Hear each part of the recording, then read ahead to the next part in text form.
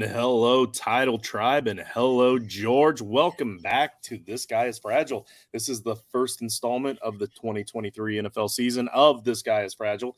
You know it affectionately as TGIF. And I'm back with my main man, George, here, and we are going to be breaking down injuries for you headed into week 2 of the NFL season. And we didn't do this last week because y'all were still fresh with your newly drafted fantasy lineups and you all felt super confident. And then half of you got smashed right now, and now you need that extra advice on how these injuries are going to play out. We got a lot of big stars we're going to be talking about. We have a lot of mediocre stars we're going to be talking about, and then we're even going to save a couple for the Patreons only. So if you want to be a Patreon so that you can get the full report along with a lot of other perks that come with being a Patreon, make sure you go to patreon.com/Toilets Titles right down there at the bottom of your screen and sign up for our Patreon. Even as low as $1.50 will get you in the Patreon chat, and we will get you that report for those two that we skip over on today's episode. And then make sure you scoot on over to toiletstotitles.com to check out all of the affiliates and everything that we have going on right there. So before I get started with the reports here, and before we dip too much into all these advertisements, George, how's it going, my friend?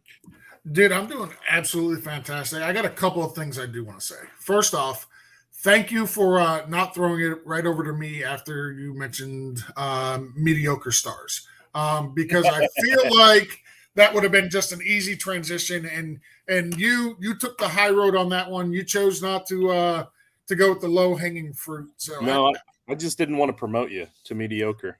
That's and you know what? That is absolutely fine as well. No, I'm glad we're doing this show again this year. While I do enjoy this show, it is a subject that truly does pain not just me but my fantasy teams. Nobody really likes talking about injuries, but you know what? No, you know what you hate even more? Spending hours and hours and hours trying to find out what the heck is going on with right. the players on your fantasy team. So this is a one-stop shop. We can give you all the information you're going to need, basically who we think is going to be playing, who's not. We have an in-depth analysis. We have hours and hours of research that Justin and I have compiled to bring you the show. And so thank you for coming in. Thank you to the fantasydoctors.com. That is where we use their injury tracker to help bring some of the information to you. It saves me hours and hours of work, so we greatly appreciate the work that they do over there. We're huge supporters, good friends with Dr. Jesse Morris. Again, appreciate everything that they do over there at the Fantasy Doctors. Right on. All right. Well, I'm all for that open. I really like our intro, but I think it's time to start talking about some injuries here. So I feel like the big thing, we talked about this last night, the quarterback position, obviously that's like the head of your monster and the Frankenstein. Hey, Justin, sorry. Much like Aaron Rodgers, I know we're only a couple of minutes in, but I'm done for the year, bro. I'm sorry. Gotcha. All right. Well, but you need to change that. You need to change your background to Aaron Rodgers sitting on the ground. No, because I hated to see that one. So Aaron Rodgers, as an Aaron Rodgers fan and as a guy that had a lot of shares of him, that one's it's still fresh. George, come on, man. It'd be a little. Listen, as a Dolphins fan, listening to the Jet fans all off season long, you know what? I don't take pleasure in injuries. I hope Aaron Rodgers has a very successful recovery. I honestly hope the last picture that we see of him is not sitting on the ground. But to all the Jets fan out there who talked so much crap in the entire offseason about how you guys were Super Bowl champions, 4 plays. That's all. Yeah, maybe not Super Bowl, but you can still beat the Dolphins. Anyway, so Aaron Rodgers down and out for the season, Achilles tear. We know all about that one. You're not starting him. You've already dropped him. Kyler Murray is still on that short-term IR. It looks like he's at least starting with the pup. It says his rushing numbers will also likely be down, which also makes complete sense. Post ACL, it's going to take time to get back, but we're talking about week 2 here. So what do you see on our doc here for these next 3 quarterbacks? Who do you got? So the biggest one on here for me is Anthony Richardson. He's got a knee and an ankle. He got bruises to both his he's got knee and ankles. Good job, George. He's got bruises to both his knee and his ankle. He's 100% going to play this week. If you have Anthony Richardson and you did like I did and you sat him week 1 just to see what his usage was, the amount of rushing attempts he would have, how he would play, like, okay, I've seen enough. This guy's a stud. He is going to be on the injury report, but you're going to play him this week. You absolutely got to. Kid is a stud. Yeah, unlike Carson Wentz, he only injured one ankle on that play, not both. And then Joe Burrow has a calf strain, but according to the fantasy doctors, he is 100% still going to play, and we wouldn't expect any less. I think it's still the same mild re-injury risk calf strain that he had all through the preseason there. You're starting Joe Burrow. I anticipate that Bengals offense to bounce back. And you said it actually on the Sunday morning start sit show. You called this slow start, A, being that they always have a slow start, and B, being that it was that Cleveland Browns defense, second best against quarterbacks. You mentioned all that. So hopefully you guys are also watching us on Sunday mornings to get that kind of intel as well, because George has a totally different sheet that he uses for his information that he gives out on that show as well. And then you got Jimmy G. What's going on with Jimmy G? So Jimmy Garoppolo's got an ankle injury. It's likely mild. It's not expected to affect him playing. He's 100% to go. So of the quarterbacks that we talked about, Richardson, Burrow, Garoppolo, those are the 3 big ones. Richardson and Burrow, you're playing in single quarterback leagues. Jimmy G, possibly starting in a 2 quarterback league, but they're all good to go.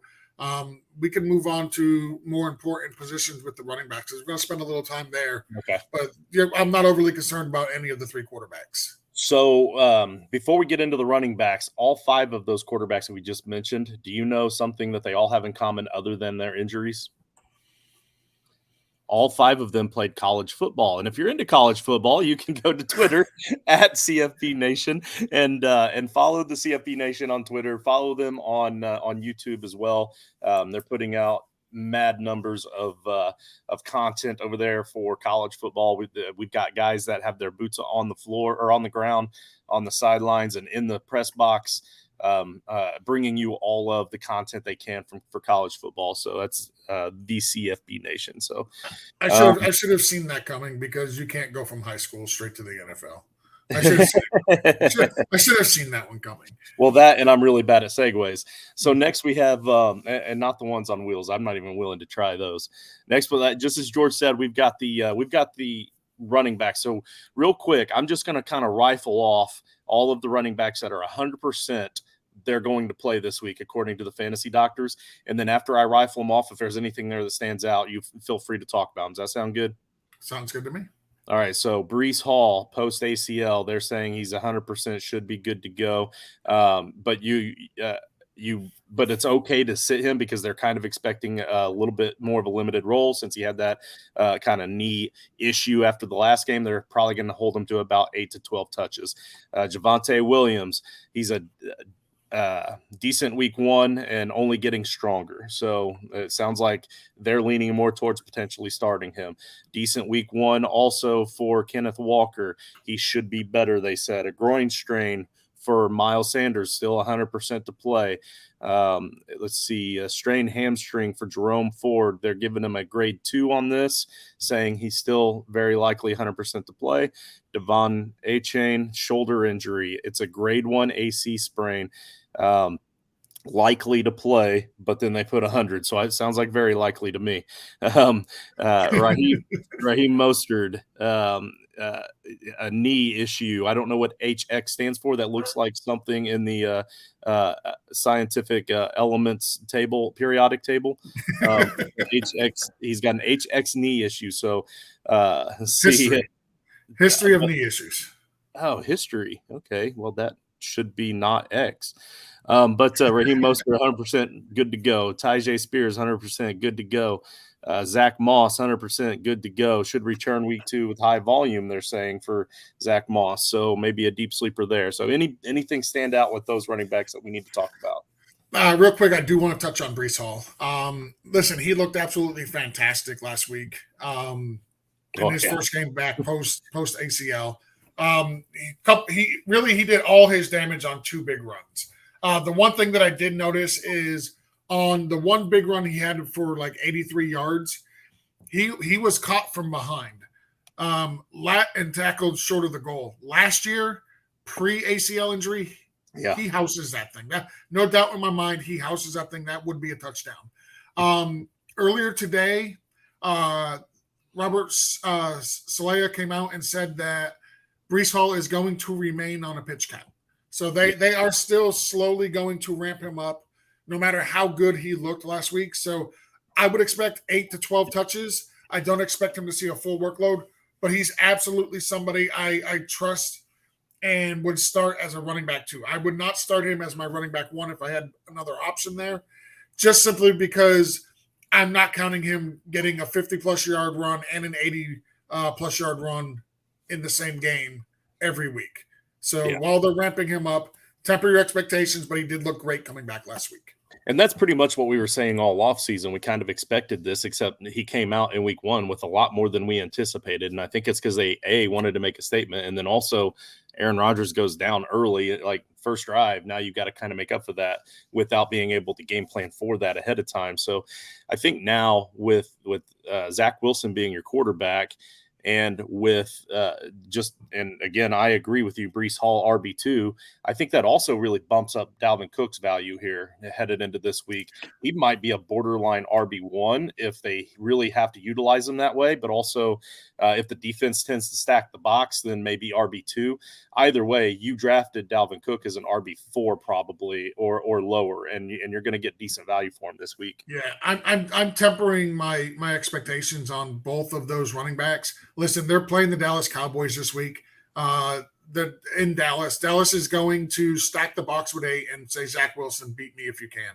Yep. I'm very leery of this matchup. There is no Aaron Rodgers, as we discussed. It is Zach Wilson. I'm very leery of the matchup. The only other running back really quickly I wanted to touch on, and maybe you could lend some expertise into this, is Zach Moss. He's coming off the injury. Evan Hall went on IR. Mm-hmm. The only other running backs there was Deion Jackson, who, for the most part, looked pretty ineffective last week. He had a couple of fumbles, and Jake Funk. So if you want to get funky, you can. But I think Zach Moss has a legitimate chance to step right into the lead back for your Colts for the next 2 weeks, 3 weeks, really, while JT is still on IR and waiting to come off IR week 5.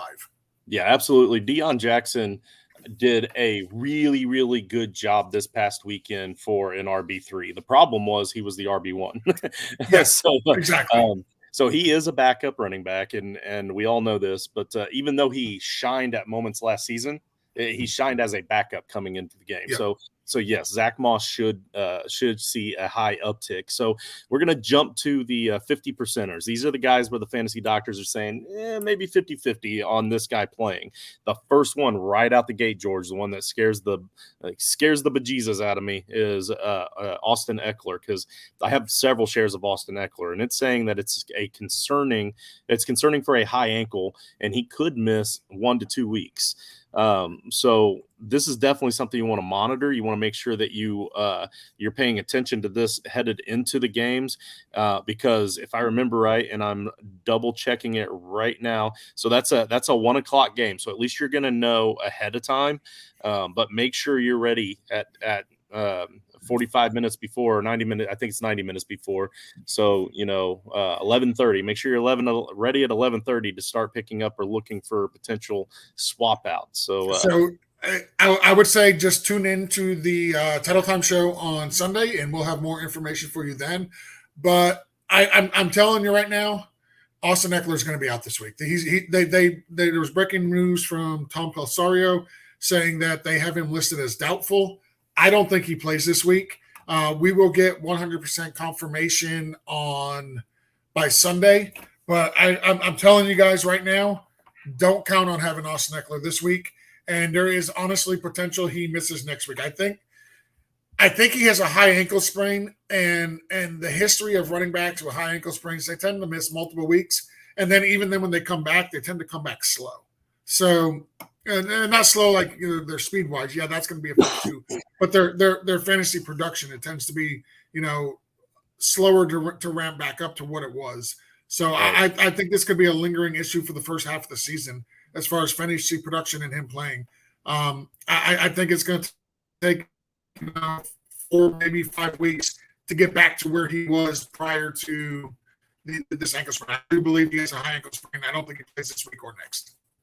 Yeah, so definitely fire up your Joshua Kellys Yeah. and be prepared for that switch. Let's see, 50%. James Conner, calf strain, likely very mild and should play, but with low volume. So here's the thing with James Conner, you're getting low volume anyway right now because that offense is so bad. They're going to be throwing starting the second Yep. quarter. But now also throw in maybe a possible snap count for him, even though it's likely very mild. It's a calf strain, and they don't want to risk their only decent offensive option. So yeah, so I don't have high hopes this week for James Conner. Kendre Miller, hamstring strain, likely a grade 1, 50-50, a moderate injury or moderate risk of a moderate level of injury, I should say, with that Yep. hamstring. And I don't think it really matters. Jamal Williams is the only running back there that's really worth anything at this point until Yep. Kamara, as far as fantasy goes, until Kamara gets back. Anything else on those guys? No, I mean, what are you expecting from James Conner anyway? He was always going to be a volume play. I do see maybe them mixing in a little bit of one of the backs that are behind him, but it's not going to be anything you feel comfortable starting coming from the Cardinals. Right. And then we have Aaron Jones is out. Ronald Jones is out. Let's see. And then, of course, we know J.K. Dobbins, Evan Hall, Alvin Kamara, Jonathan Taylor. But yeah, so that's it for the major running backs that could be affecting your fantasy lineups. Let's see. I'll breeze through again. We'll do the same thing. I'll breeze through the 100 percenters on wide receivers here. Devontae Adams is going to play. Jaden Reed, they're confident in. Tyler Lockett, they're confident he's going to play. Let's see, 90% for Mike Williams. So that's they're just That's a good sign. he has cleared the concussion protocol and he did return to the game. So it sounds to me like they're pretty confident, but it's not 100% for them. But Mike Evans, 100%. Let's see. Treylon Burks is interesting to me because it's a left LCL sprain. So I kind of feel like he's the type of player that you could afford to sit out a week or two, but it sounds like he's 100%. Let's see, an oblique to Jalen Waddle. That one's a little bit concerning. I'll let you comment on that since he is a bigger name. And maybe you've heard something this week, but an oblique and rib issue for a big wide receiver is kind of difficult to play with. Yeah, I still think he plays. The matchup is honestly it's not a terrible one going to New England. It didn't take him out of the game last week. He still finished the game last week. He still played in the game last week. I expect him to be out there this week. I'm not overly concerned about Jalen Waddle missing any time due to this particular injury. And 2 days ago, when you shared this doc with me, he was 75%, and they've made him Yeah, 100% now. So yeah, they're even more and I can confirm it if you give me 1 minute. I'll confirm it, but I believe he was participating in practice this week. sweet. Elijah Moore, 100%.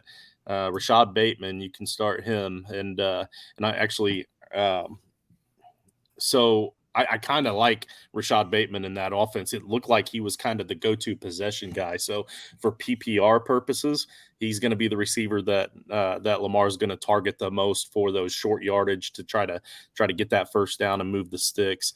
Let's see, we've got Jackson Smith and Jigba at 100%. Terry McLaurin, Jerry Judy, who doesn't matter, Kadarius Toney, yeah, whatever. Good luck starting him.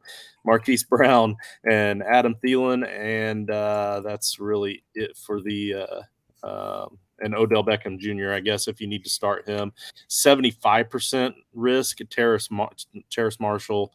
Let's see, Romeo Dobbs. So they've got him up to 75% now. So it sounds like a grade 1 hamstring for Romeo Dobbs. 15% re-injury risk, and he looked fantastic in week 1. So sounds like they are likely to start him as well if he plays. So real quick with Jalen Waddle, he was a limited in practice Wednesday, full participant Thursday, full participant Friday. So yeah, like I said, I'm not overly concerned about Jalen Waddle. He will play. I do want to give a real quick shout out to Houston Texans wide receiver John Mechie. Came off the injury report, poised to make his NFL debut after beating, I believe he had lymphoma cancer, or he had some sort of a cancer. I forget exactly what it is, but he's officially off the injury report and is expected to make his NFL debut. So anytime anybody beats cancer, I am extremely happy for that individual. So I'm just going to do the quick, golf clap for John Mechie in that news. Absolutely. That's incredible news. We also have a sponsor here we need to plug, joinrival.com/title tribe. Joinrival.com/title tribe will take you to Rival's fantasy sports betting website. And it's not like those other fantasy sports betting websites. This is totally different. It's a new style of fantasy sports betting. It's really the whole new evolution in fantasy sports betting, if we're being honest. So your first deposit there will be matched up to $200, and then they will give you an additional $25 to bet with just for using that link down there. And so right now we're still filling a few more free Rival leagues. These leagues are free. It doesn't cost you a thing to join, and there's a cash payout to the top 3 finishers in each of these leagues that we're filling. So make sure you get a hold of me. It's at JustinFF_ on Twitter, or comment right here on the side. And when we see the comment, we'll get you all set up with that. But make sure you comment with a way for us to contact you, or email us at toiletsandtitles@gmail.com. And then, of course, go to trophysmack.com/title tribe to order your rings, your championship rings, your belts, and all that sort of stuff. Mine is in the mail for my Champions League. I can't wait till that belt gets here, because I'm going to show it off right here on the camera. And once you join all this stuff, we can always get you in on the Gilded server as well. Our Gilded server is we've got over 220 people in that Gilded chat where we're all constantly talking football. So you're not going to want to miss it. Real quick, I saw something here that I wanted to comment on. And Puka Nacua. I noticed that Puka Cup. Can you look him up for me real quick? Because already done. I see already done. Okay, go ahead. Go for it. He didn't practice though. This is like the newest thing right now is this Puka Nuka. Everybody lost their mind spending hundreds and hundreds and hundreds of their fab dollars on him, spending waiver priorities on him, and then guess what? He shows up on the injury report and hasn't practiced all week. People losing their minds. Sean McVay's already come out and said that they expect him to play this weekend.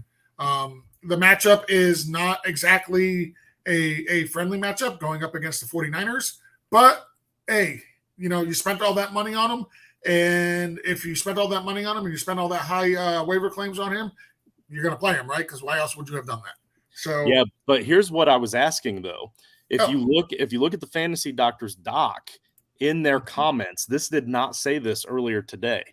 It says out week 2, even though it still says 75% off to the right. They typed this in today.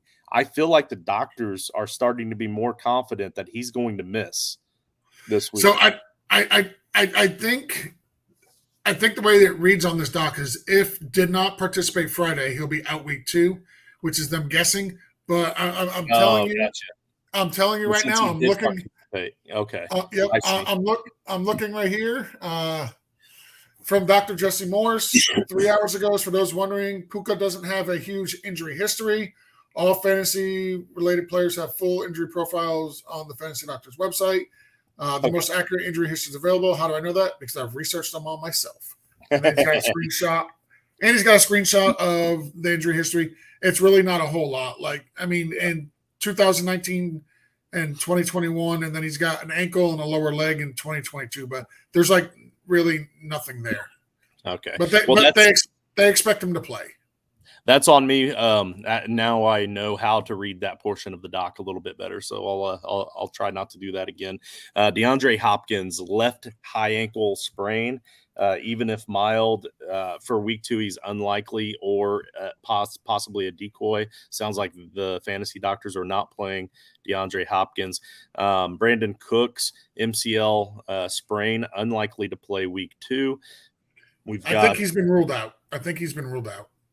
Okay. Also ruled out Deontay Johnson and Jacoby Myers. Man, Yep. I feel bad for Jacoby Myers. It looks like he's finally going to be a major part of an offense, and then boom, he gets hit with a concussion.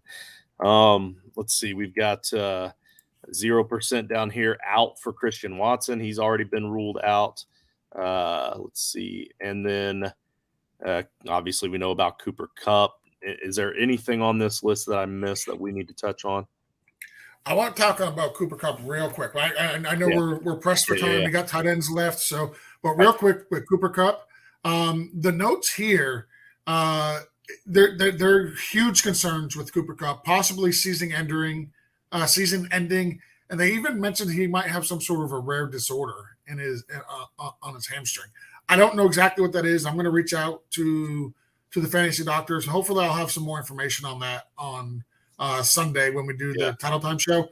Yeah. But if I am a Cooper Kupp owner, redraft and in Dynasty, for me, he's a huge sell. You're not going to get anything for him right now. Wait till about week 3, and after week 3, and then start to sell him because people thinking, okay, he's on short-term IR, eligible to come back after week 4. So one more week with him on IR. That's probably when you're going to get your best return. But I'm highly concerned about Cooper Kupp and his playing ability this year. Or sell him now, because what happens if over this next week that you're waiting, the news comes out about this rare disorder and all of a sudden everybody gets scared and it scares them off? At least put some feelers out there, Yeah. But yeah, so that explains why Cooper Kupp went through all that, where he was like, I'm going to go see a specialist. I'm going to go get a second opinion. And I'm like, it's a hamstring. Like, dude, either you're playing or you're not. Your short-term IR means you're going to be back by week 5. Why do you got to keep going to all these doctors? I thought he was trying to tell the team doctors, hey, I don't trust you. But no, his team doctors were probably telling him, hey, we think you might have an issue here. Go check it out. Like, yeah, we think there's something wrong, and there is. Right. And I want to get a second opinion on, is that actually, something to be really concerned about? So, no, Cooper Kupp, I'm highly concerned about him. Okay, I'm going to run through the tight ends real quick. We got Dalton Schultz, 100% likely to play with a quad strain and a bruise. We got a chest injury for Pat Freiermuth. It says rib cartilage injury. Fracture is unlikely, limited, but he's a tight end too. They're 85% sure he's going to play. Greg Dulcich, re-injury to the same tendon from 2022. He's out. They're saying potentially the IR, and Troutman is a sneaky start. So, and Troutman is actually the guy that I put down as my stream of the week for the tight ends on Tuesday night's flagship show. So I agree with them on Troutman there. Darren Waller is in, and says love the target share. Mild re-injury concerns. 100% on Travis Kelce, saying that he's in and ready to roll. No restrictions. They came out and said that Kelce will play this week. Yeah, and that no restrictions part is the part that is it kind of gives you the warm and fuzzies. And then low re-injury concerns for Logan Thomas, for what that – I mean, I feel like Logan Thomas is always a preseason darling that everybody falls in love with, and then he never does anything for you. So good luck with that. Quad strain, notorious for re-injury, 50-50 for week 2 for Mark Andrews. He's playing. That is definite now. Yeah. All right. And then boom or bust for George Kittle is what the notes say. Mild increased injury risk. And then Zach Ertz looked good, lots of targets. Quarterback play is meh.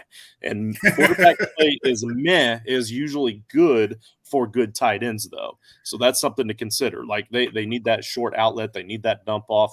They need extra tight ends on the field for the extra blocking, which means they're at least available to make plays.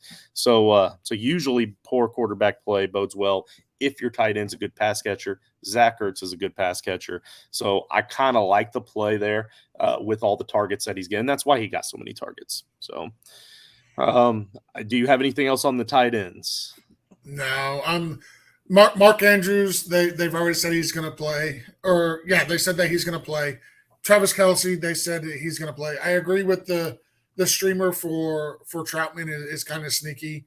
Darren Waller, I love this target share. I've got so much Darren Waller, it hurts. Yeah. I am a Logan Thomas guy, by the way, so that kind of hurt me.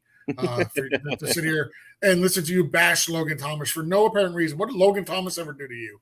Not ever get me fantasy points for one. Well, that's because you've never started them. And yes, then Zach Ertz definitely looked good. He got 10 targets this past week. Welcome back off injury, Zach Ertz. If you remember how good he was last year, he was like the number 4 overall tight end before he went down last year.